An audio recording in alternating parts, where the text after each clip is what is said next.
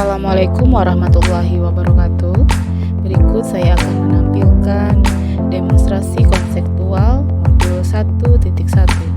Saya Luciana Arsanti, calon guru penggerak Angkatan 9 dari SMK Negeri 1 Kempas, Kabupaten Indragiri Hilir, dengan fasilitator Ibu Afriani SPD dan Ibu Nova Susanti SPD SD sebagai pengajar praktik.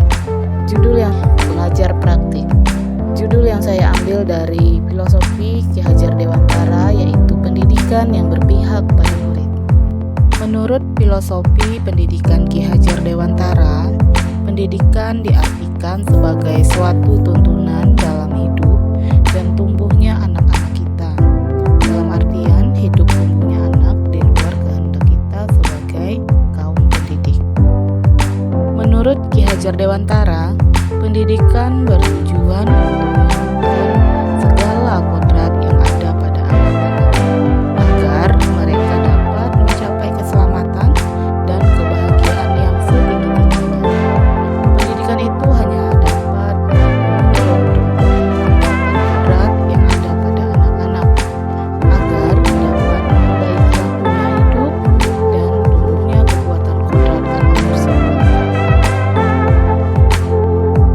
Pemikiran Ki Hajar Dewantara dalam proses pembelajaran di sekolah bahwa guru harus berpihak pada murid, sehingga sebagai guru harus bisa menuntun murid sesuai dengan kodratnya, baik kodrat alam maupun kodrat zaman yang ada pada murid tersebut.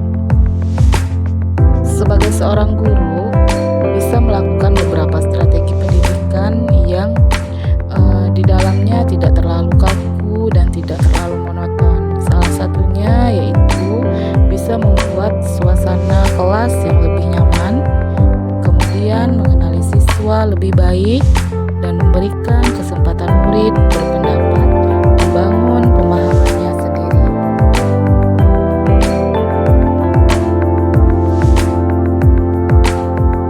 Berikut dokumentasi kegiatan yang saya lakukan di sekolah saya, yaitu SMK Negeri 1 Kempas, membuat suasana kelas yang lebih nyaman dengan mewarnai kelas yang lebih colorful dan membuat berbagai macam tulisan-tulisan yang berguna di kelas, seperti sudut baca, kesepakatan kelas, dan lain-lain.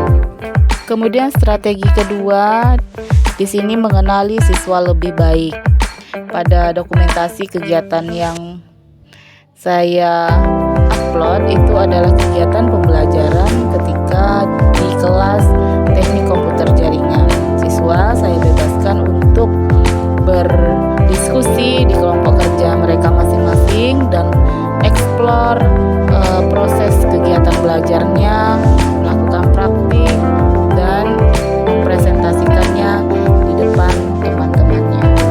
Kemudian dokumentasi yang ketiga yaitu memberikan kesempatan murid berpendapat, membangun pemahamannya sendiri. Di sini murid ketika pembelajaran mereka saya berikan kesempatan untuk memberikan atau mengeluarkan pendapat, kemudian bekerja kelompok bersama teman-temannya, berkolaborasi di dalam kelompok kerjanya, dan masing-masing mengeluarkan pemikiran-pemikiran yang kreatif untuk menghasilkan diskusi kelompok yang bisa ditampilkan dan bisa dipahami oleh teman-temannya yang lain. Kemudian guru juga bisa menggunakan strategi pembelajaran berdiferensiasi dan pembelajaran sosial dan emosional.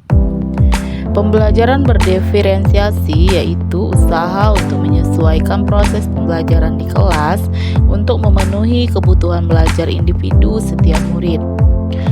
Sedangkan pembelajaran sosial dan emosional yaitu pembelajaran yang digunakan atau dilakukan secara kolaboratif seluruh komunitas sekolah.